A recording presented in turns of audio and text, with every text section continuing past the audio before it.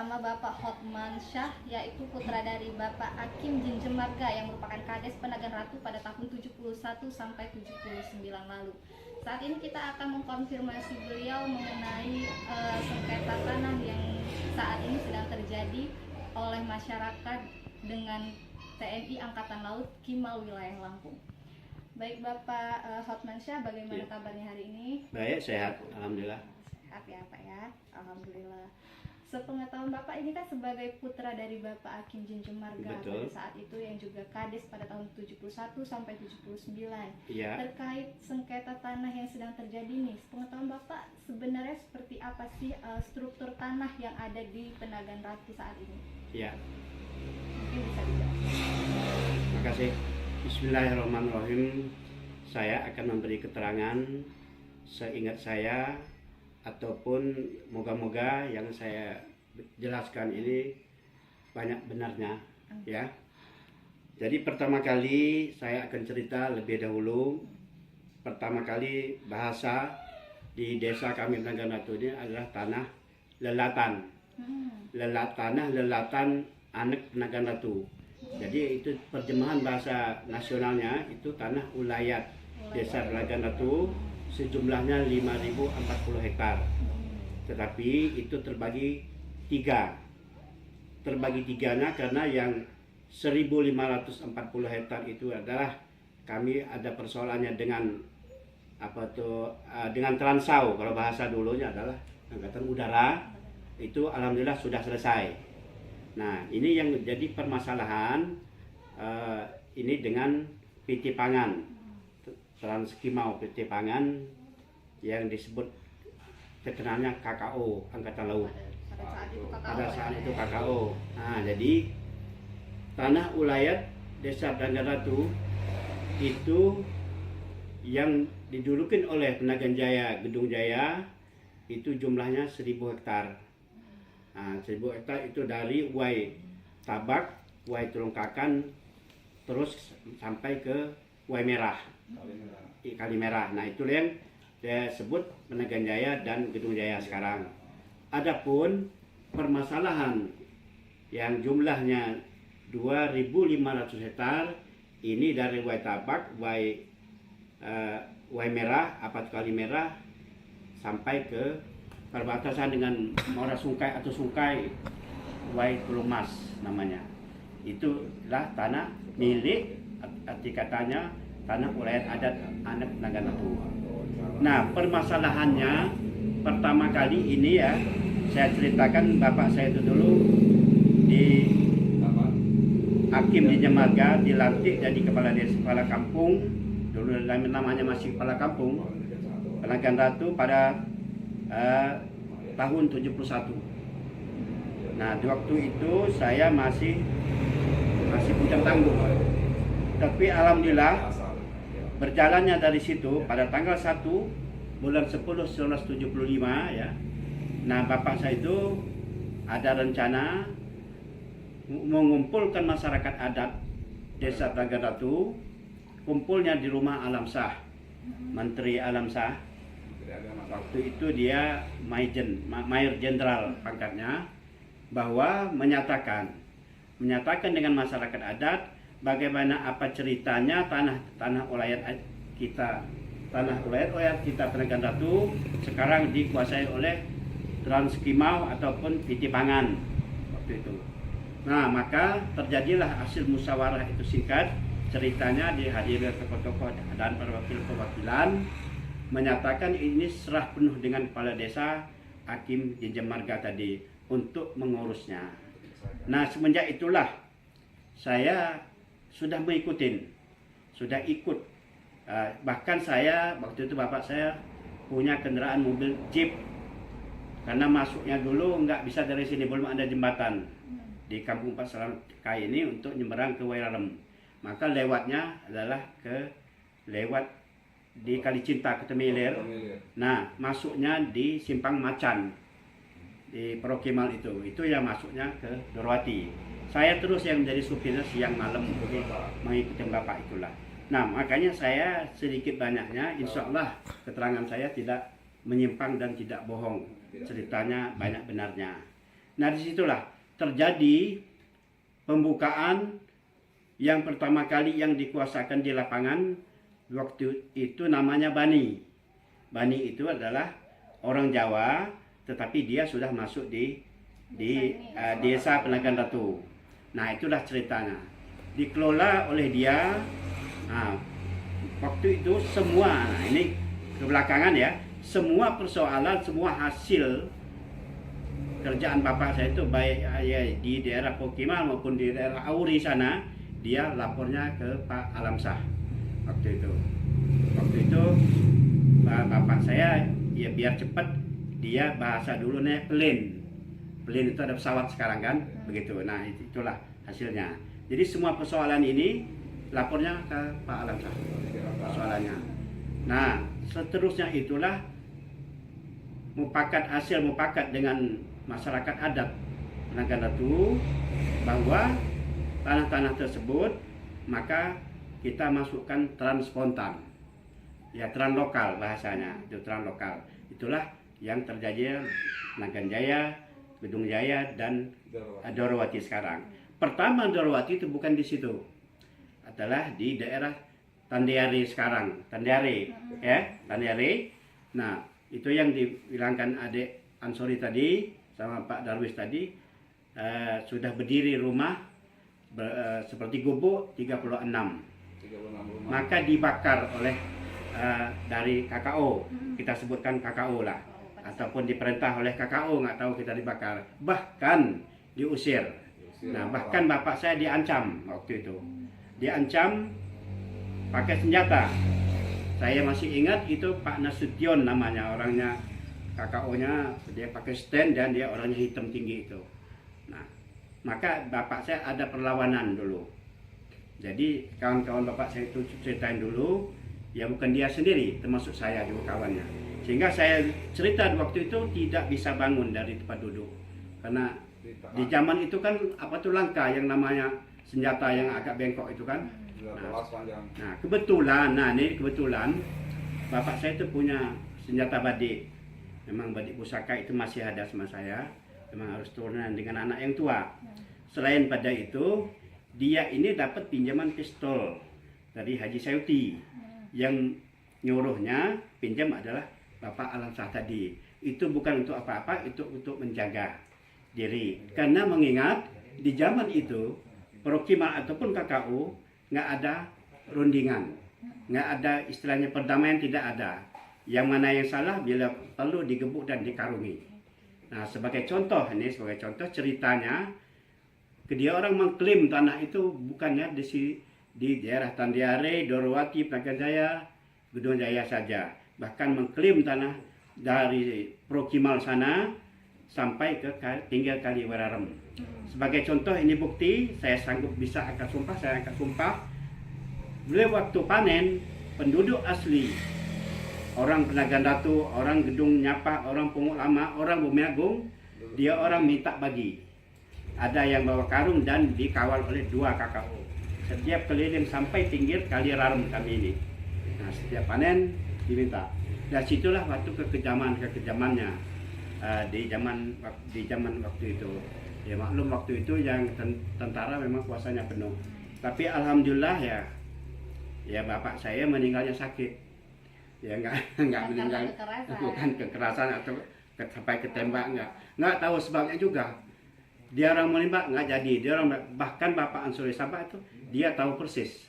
Karena Bapak Ansori Sabah itu tinggalnya di berbatasan dengan Nagan Jaya itu dulu.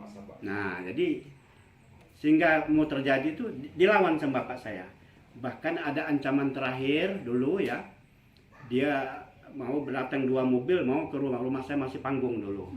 Ditunggu oleh bapak saya dan rombongan keluarga di Penagan ini, ditunggu kedatangan oleh Prokimal yang atas pimpinan Wakil Komandan Pak Detonga dulu. Itu Pak Detonga itu dulu, itu ceritanya. Nggak datang itu, alhamdulillah.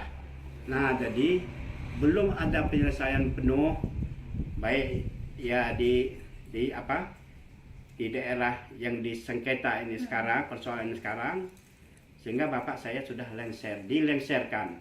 Ini lengser ada cerita ini nggak apa-apa nih Pak, saya ceritakan.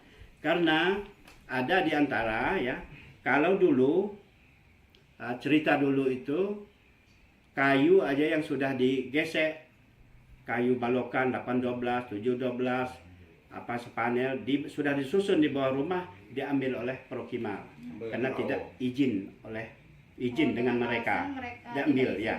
Bahkan mau ngambil buah kelapa pun di umbulan tidak boleh, harus izin dengan Prokimal. Tapi semenjak itu alhamdulillah suksesnya Penagan Jaya Dorowati dan Gedung Jaya, di situlah banyak yang sudah mengklaim, orang kami ini mengklaim nyengketa. Ini bekas sumur saya, ini tanah saya, nenek moyang saya, dan sebagainya. Nah disitulah, jadi ceritanya ada di antara yang mau klaim 300 hektar, 200 hektar, itu bapak saya tidak mau tanda tangan. Bahwa ya tidak ada selebar begitu. Nah karena sebab itulah bapak saya itu dilengserkan. Nah, nggak perlu saya ceritakan orangnya, orang yang sudah meninggal semua ya. Nah, ini perlu saya tegaskan, tanpa ada tanda tangan Hakim Jenjang Marga seperti Joni Erik ini ada tanda tangan Hakim Jenjang Marga, itu baru sah. Kenapa? Karena semulanya itu penyerahan dari masyarakat adat ke kepala kampung Hakim Jenjang Marga. Maka saya bilangkan kalau tidak ada tanda tangan Hakim Jenjang Marga tidak sah. Itu sebabnya, saya ulangi, sebabnya karena itu sudah penyerahan sama masyarakat adat dengan kepala kampung Hakim Jenjang Marga. Nah itulah permasalahannya. Jadi permasalahan sekarang, bagaimana bentuknya, seperti tanah yang permasalahkan ini, ya kami mohon masyarakat adat Desa Pelanggan Ratu, karena ada spesialnya. Tanah itu adalah sudah ada perundingan dengan Pak Alamsyah, Menteri Alamsyah itu dengan bapak saya serta kawan-kawan, bahwa itu ada khusus untuk masyarakat adat Betani. Selain pada yang sudah dimasukkan lokal, spontan seperti Penagan Jaya, Dorowati dan Gedung Jaya. Itu ada khusus tanahnya untuk Betani. Nah inilah permohonan kami dari masyarakat adat Penagan Ratu, dan serta isinya ada yang orang-orang di desa lain itu kami minta pulangkan tanahnya. Itu permintaan kami. Nah masalah ya tanah Joni Erik ya sudah termasuk di dalam sisa daripada 2.500 hektar tadi. Berarti kalau dihitungan di sini ada hitungannya 1.360 hektar lagi tanah kami yang diklaim oleh KKU sekarang. Saya ulangi, tanah Erik sudah termasuk di situ. Saya ulangi lagi, kalau tidak ada tanda tangan dari Hakim Jenjang Marga tidak sah, masyarakat manapun. Nah, saya ulangi karena penyerahan masyarakat adat Nagan Ratu itu kepada Hakim Jenjang Marga. Itu sebabnya, bukannya dia yang raja tanah, bukan. Itulah ceritanya. Nah, dalam hal ini ya mohon pada bapak-bapak yang berwenang atau yang berkuasa, mohon betul kembalikan tanah masyarakat adat kami Penagan Ratu seutuhnya. Bahwa kita menjaga hal yang tidak diinginkan, yang sudah. Yang namanya bentrok fisik, ya itu saya ceritakan sudah dibakar rumah, bahkan mau tembak-tembakan dengan bapak saya itu. Kalau boleh tahu kekerasan tersebut masih diingat nggak Pak? Terjadi pada tahun berapa sampai almarhum orang tua bapak dilengserkan? Kalau masih ingat. Kebanyakannya di tahun 76. Di tahun 76 yang kekerasannya. So saya ikut terus. Ke markas sana aja saya ikut. Saya masih ingat betul. Komandan itu Prokimal dulu, KKU dulu, dia nepuk meja. Bapak saya nepuk meja juga. Jadi saya ada kawan, kami ngintip. Nah, saya ngintip, kami itu diusir pakai ini. Pakai senjata laras panjang. Iya, pakai senjata laras panjang. Pergi katanya. Itu sampai di situ. Jadi kalau waktu itu pahit luar biasa. Saya bukan basa-basi, saya anaknya sudah mengikutin terus karena saya dulu putus sekolah ya, maka saya bisanya nyopir. Kalau saya punya mobil jeep, saya bawa jadi supir dia terus. Kadang-kadang nangis saya. dan apa ceritanya. Bahkan saya di dalam hati saya mau apa memperjuangkan ini. Alangkah banyak orang yang mau enak bapak saya mau di ujung peluru.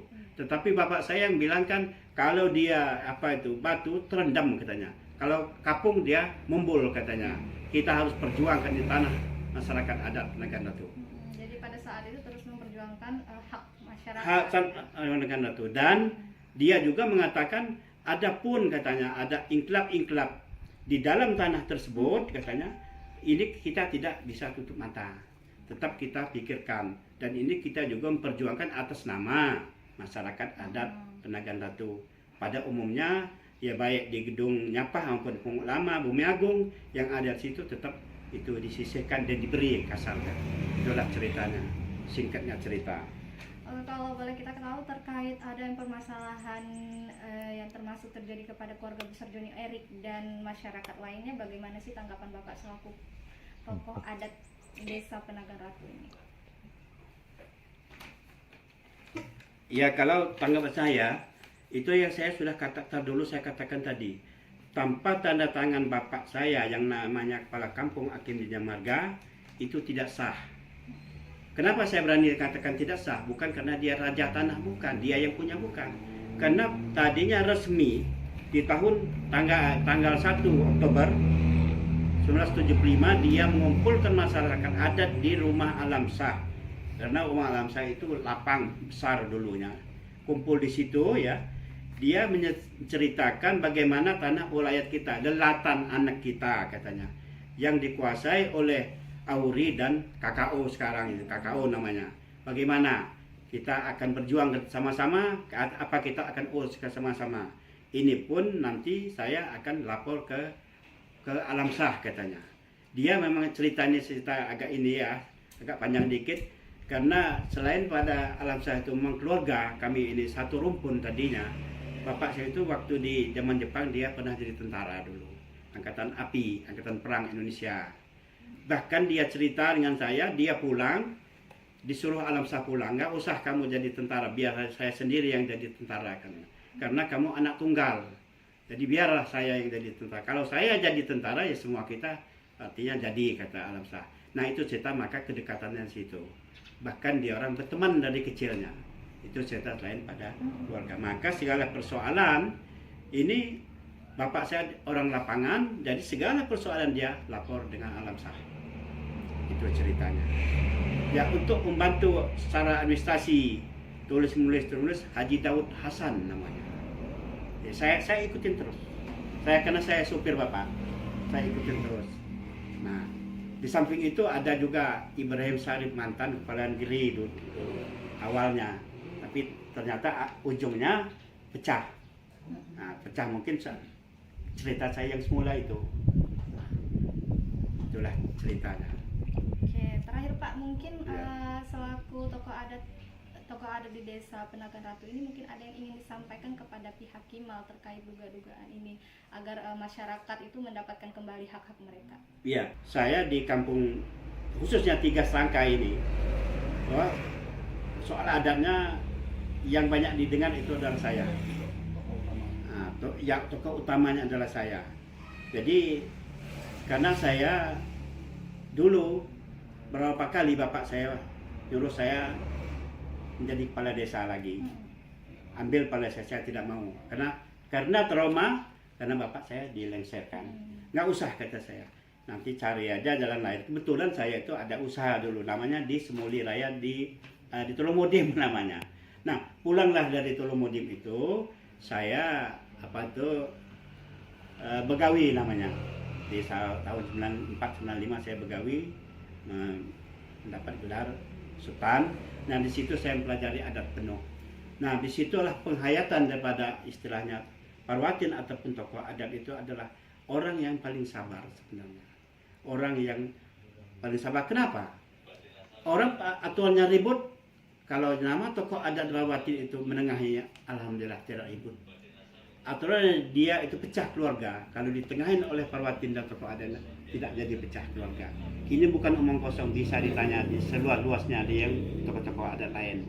Ini alhamdulillah saya sementara ini ya saya menjadi panutan masalah ini.